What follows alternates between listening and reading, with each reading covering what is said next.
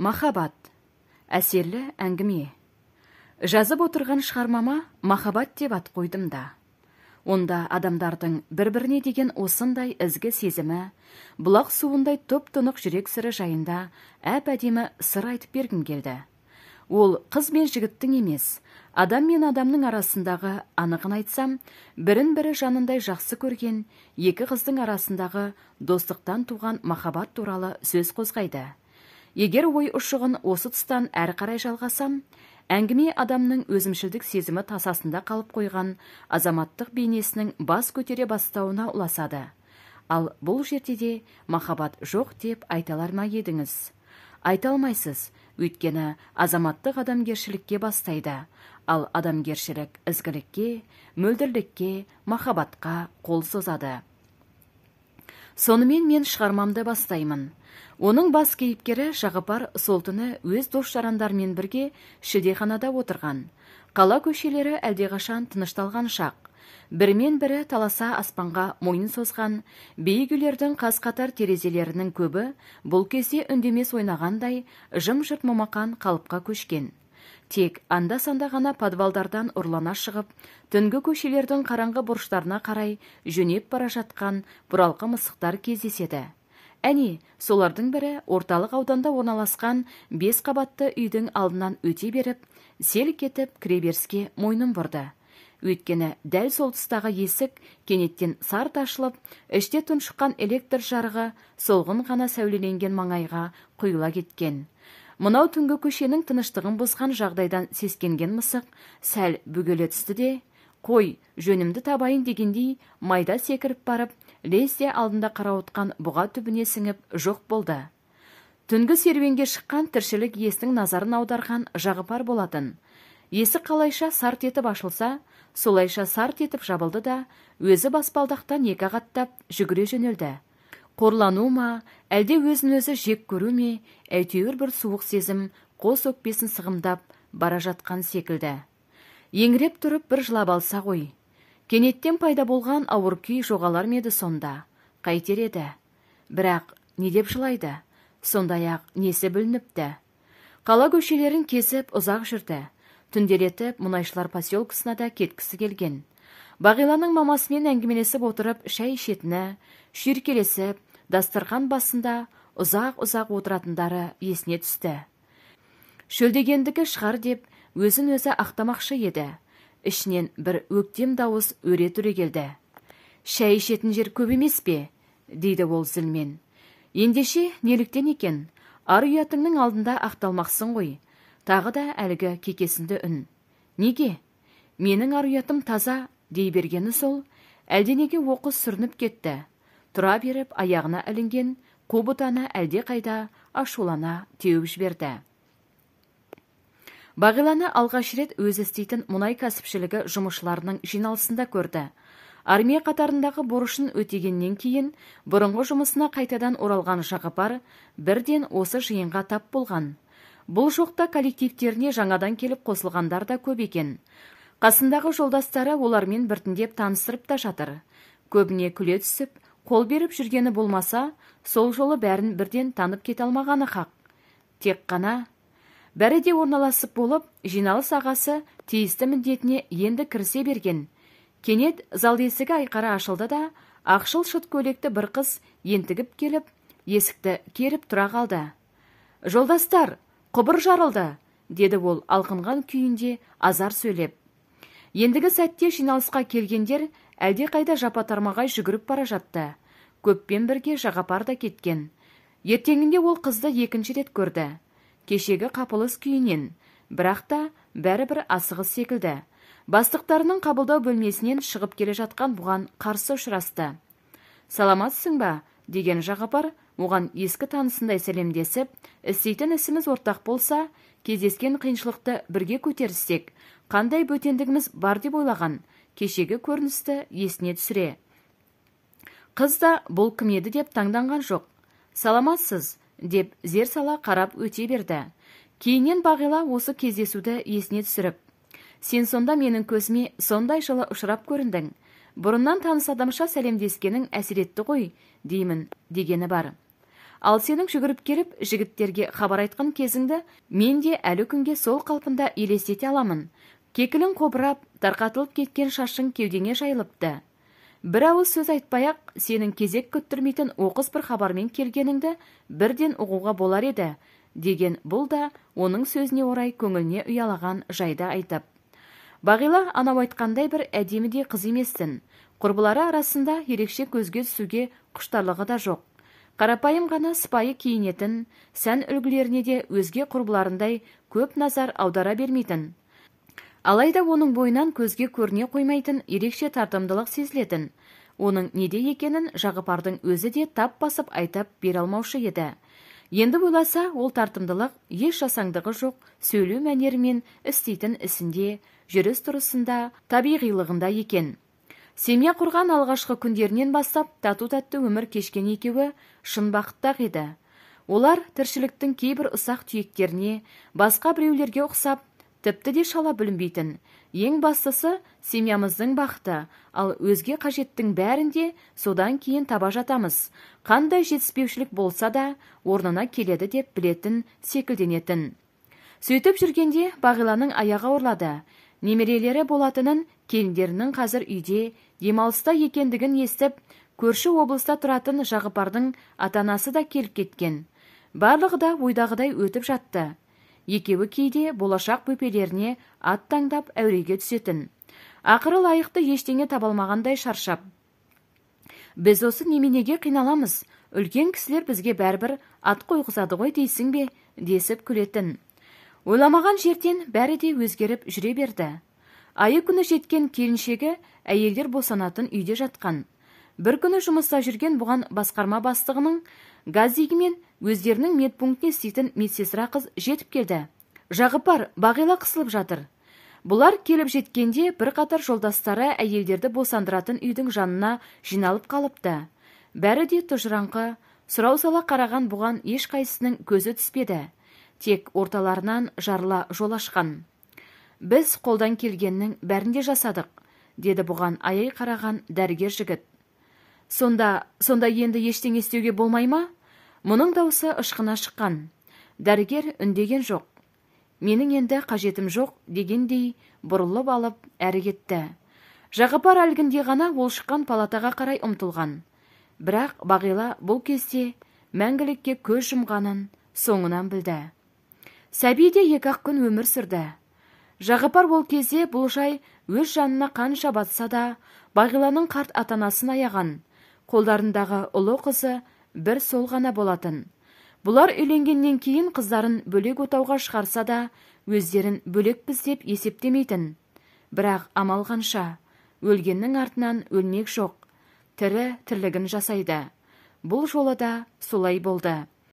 Күйеу балалары жарты жылға дейін қарттарға жиі барып тұрды. Кейде тіпті өз үйіне кіруге именетінді. Ондайда қарттардың қашанда әзір төсегіне жата кетіп, ертеңінде жұмысына сол үйден жүре беретін. Бір күндері Бағилаштарының орнын әйтеуір басқадан басарына сене тұра, қариялар бұған дәл баяғысынша құрақ ұшып жүрді. Кім білсін, тіпті бізді тастап, еш жаққа кете қоймас. Өз ұлымыз секілді қолымызға келін әкеліп сүрсе де не сайып, деп басқа түскен қайғыға көне бастаған қос бейбақ тәтті қиялға беріліп кететін. Бірақ өмір қашан ақыл естің жетегімен ғана жүріпті. Тағы да бір ауыр соққының жағындап қалғанын сезбепті олар. Рас, Жағыпар үйленді. Бағиланың жылы өтер-өтпестен басқарманың медпунктінде істейтін баяғыда өзін Бағила қысылып жатыр деп шақыра баратын сестра қызды алып қашып кетті. Жағыпар өз басынан өткен жайларды тұңғыш рет зер сала шолып шықты. Иә, бұл қайтадан үйленді. Солай боларына ешкімде күмәнданбаған, айыптамаған да. Тек қана бұрынғы ата енеден іргесін бірден неге аулақ салды. Рас, алғашында үйленгелі жүргенін айтуға именді. Көңілдерін суытқысы келді ме, қатысуы да сиреп кеткен. Ал келіншек алып келетін сонау бір түннен кейін олардың бет жүзін көруден де қалған. Одан бері де әлденеше жылдың жүзі өтіпті. Өмір өзгерді, бұл да өзгерді. Басқа семьясы, басқа жары бар адамның Бұрынғы қайын атасы мен бұрынғы қайын енесіне қайрылмай кетуі айып па деген сұрақ дау тудыруда мүмкін. Мұнысын біреулер даттағанымен ақтайтындар да табылары сөзсіз. Бірақ Жағыпардың айыбы басқа болатын. Иә, басқа. Ол соны бір азапты күнді қинала еске түсірді. Сырт қарағанда бұп-биязы жас қыздан адам жанына жара саларлықтай тұрпайы қаталдық шығады деп еш ойламаған. Келіншек болып кеше ғана келіп түскен Майрасы үйлену рәсімін жасағаннан соң-ақ бір іске белсене кірісетін сыңай танытты. Мынау үйде, деді ол, бірінші әйеліңді еске түсіретін ештеңе де қалмасын. Табысың жетет, бәрін де жаңадан аламыз. Ал алда-жалда жетпей жатса, менің әке-шешем көмектеседі. Жігіт ерлі зайыпты болғалы әлі жартып әңгімелесіп те көрмеген жарының мына сөздеріне қалай жауап қайтарарын білмегендей, үнсіз тістенді де қалды. Шынымен қателескенім бе? Оның аласапыран көңілінде жылт ете түскен алғашқы ой осы еді. Келіншегінің сөздерін басқаша салмақтап зерделеуге мұршасы да келмеген. Сылқ етіп жанында тұрған орындыққа отыра кетті. Өздерінің алғаш рет осы үйге кіргендері, алғаш рет әкелінген шағын-шағын керек-жарақ бұйымдар, Бағиланың ұқыпты қолымен біртіндеп жиналған ыдыс аяқтарға дейін жетімсірей көз алдынан өтіп жатыр. Қайран Бағила деген бір кезде терең күрсініп, сен не істер едің мұндайда? Ойсырап қалған оның орны енді ешқашан толмайтындай көрінген оған сол сәтте. Енді қайтадан ешқашанда оралмайтын адамның заттарын қалдырғаннан не оңалады? Дүние оны еске салғаннан басқа не көмек береді? Өмірімді қайтадан қосақтаған басқа бір жанмен сол үшін жанжалдасқанда не түседі? Қайта өткеннің бәрінде ұмытып, бәрінде басынан бастағанның өзі жөн емес пе? Жағыпар ұзақ ойланды. Ол күні ешкіммен ісі болған жоқ. Кешке қарай әлдебір берік шешімге келгендей киініп сыртқа шықты. Ал келесі күні таңертең мұның 2 бөлмелі үйінде өзі мен Майраның киімдерінен өзге ештеңе де қалмаған. Жүк машинасына сықай тиелген дүние мүлікті есігін алдына келіп түсіріп жатқан күйеу баласына мағынасыз қараған Бағиланың шешесінің көздері есіне түсе қалса, әлі күнге дейін қысылғаннан терлеп қоя береді. Қандай өзімшіл едім. Өз жайыма соншама бас қатырғанда, бұл концерттің сорлап қалған сонау бір жандарға қалай әсер ететініне ойда жүгіртпеппін-ау, дейді ол енді өртене өкініп.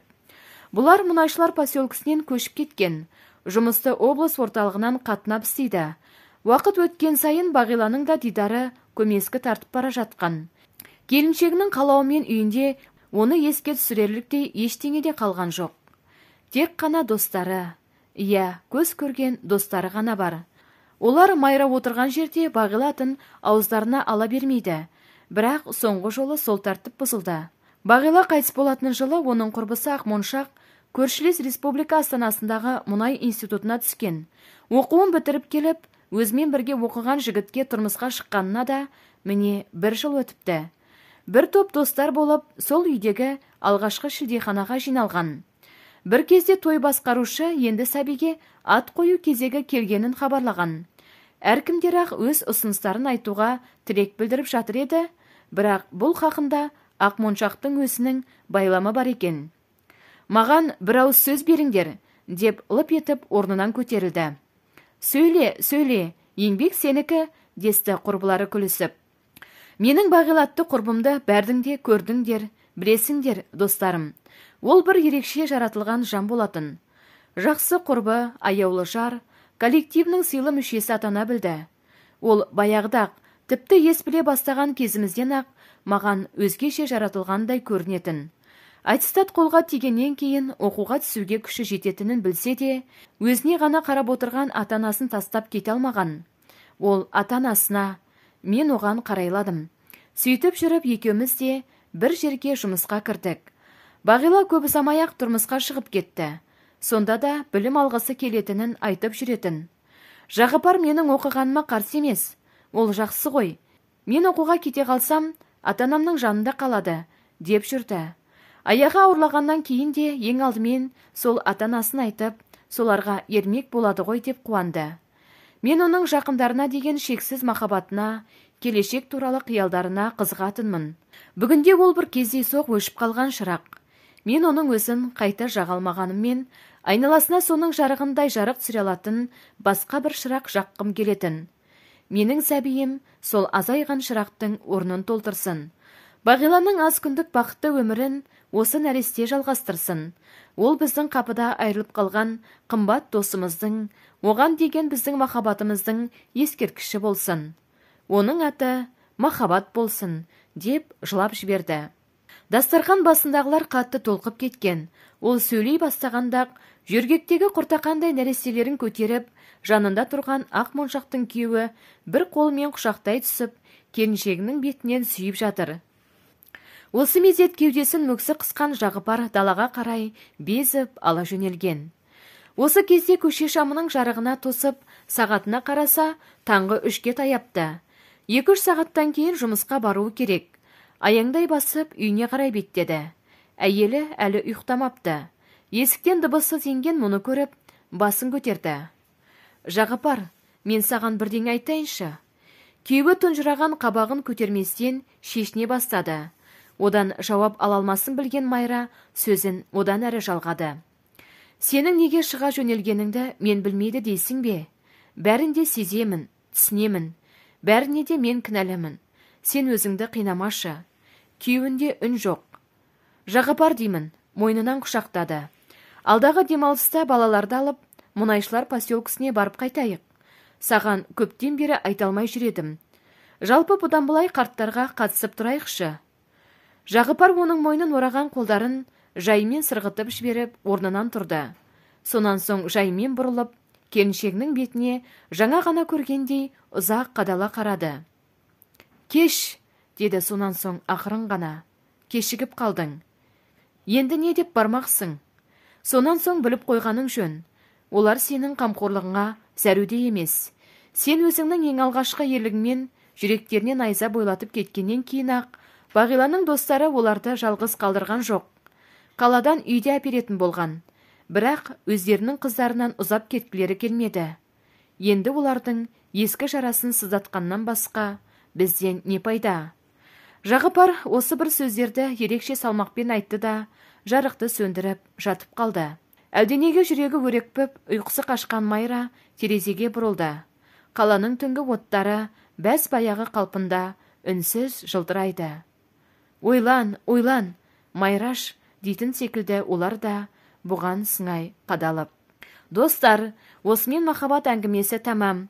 Сіздерге қос қыздың бір-біріне деген шексіз махаббаты, адалдығы ұнады деген ойламын. Алдағы уақытта да сіздерді бұдан да қызықты әңгімелермен қуантатын боламын. Сондықтан каналға лайк басып, қоңырауды басып, пікір жазып кетуді ұмытпаңыздар.